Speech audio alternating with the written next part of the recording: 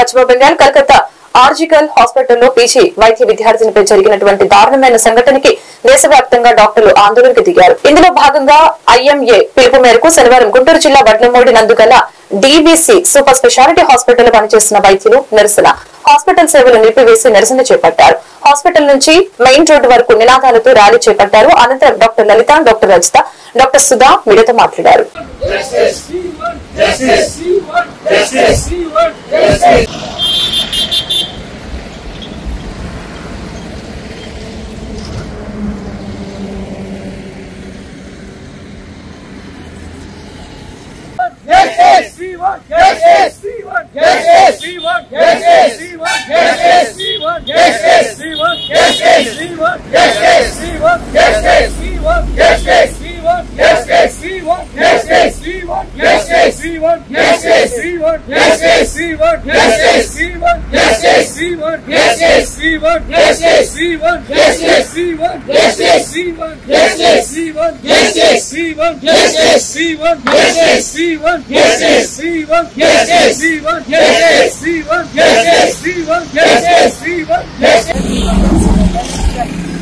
Rape and murder of a young lady doctor which happened last week in Kolkata, West Bengal.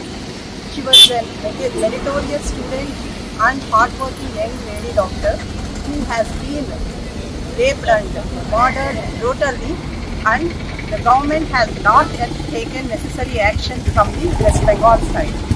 So we have to recheck and rethink about the security we are providing to the girl children or female women in the independent 78 years of India. So I request all the state governments and central government to take necessary action to protect and to provide the safety and security for the women working at the working premises and also in the public, not only in the morning times. It should be a 24/7 strategy, and we demand the state government of particular state to do a fair investigation into the case. And ఈ రోజు west Bengal లో ఒక అమ్మాయి rape జరిగింది. తను doctor అయ్యి డ్యూటీలో ఉండి కూడా ఇట్లాంటి ఇన్సిడెంట్స్ జరగడం చాలా బాధాకరం.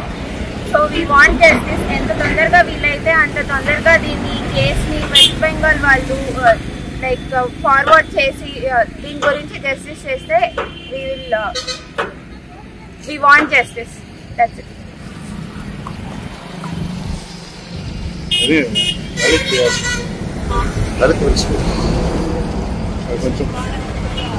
మేడం మీరు కూడా పిక్చర్లో సుష్మా కమ్ క్లోజర్. అంతా ఒకే ఫ్రేమ్ కాకుండా కొత్త ఫ్రేమ్ అన్నమాట. రండి ఈ గ్యాప్ ఫిల్ చేయండి.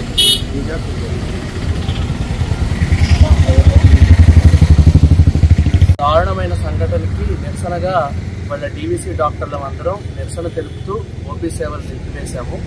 దీనికి జనాలందరూ సహకరించవలసిందిగా కోరుతున్నాం. మొదటిగా తర్వాత జరిగిన సంఘటన చాలా దారుణమైంది.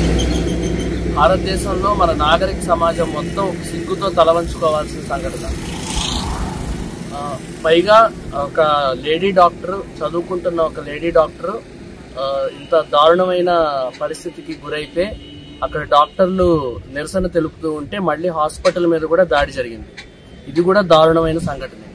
కాబట్టి ఇటువంటివి మళ్ళీ జరగకుండా చూడాలి. ఆ జరిగిన సంఘటనని వీలైనంత తొందరగా దానికి బాధ్యులైన వాటి మీద శిక్షపడేలాగా ప్రభుత్వాలన్నీ, జ్యుడిషియల్ సిస్టమ్ కానీ అక్కడ ఉన్న పోలీస్ వ్యవస్థ కానీ వీలైనంత తొందరగా ఇన్వెస్టిగేట్ చేసి బాధ్యులని శిక్షించాలని కోరుతున్నాము. ఇటువంటివి ఇంకొకసారి జరగకుండా కఠినమైన శిక్ష పడాలి వాళ్ళకి. అట్లాగే ఇంకా కఠినమైన చర్యలు, ఇట్లాంటి సంఘటనలు ముఖ్యంగా వర్క్ ప్లేస్లో ఆడవాళ్ల మీద ఇట్లాంటి అఘాయిత్యాలు మళ్ళీ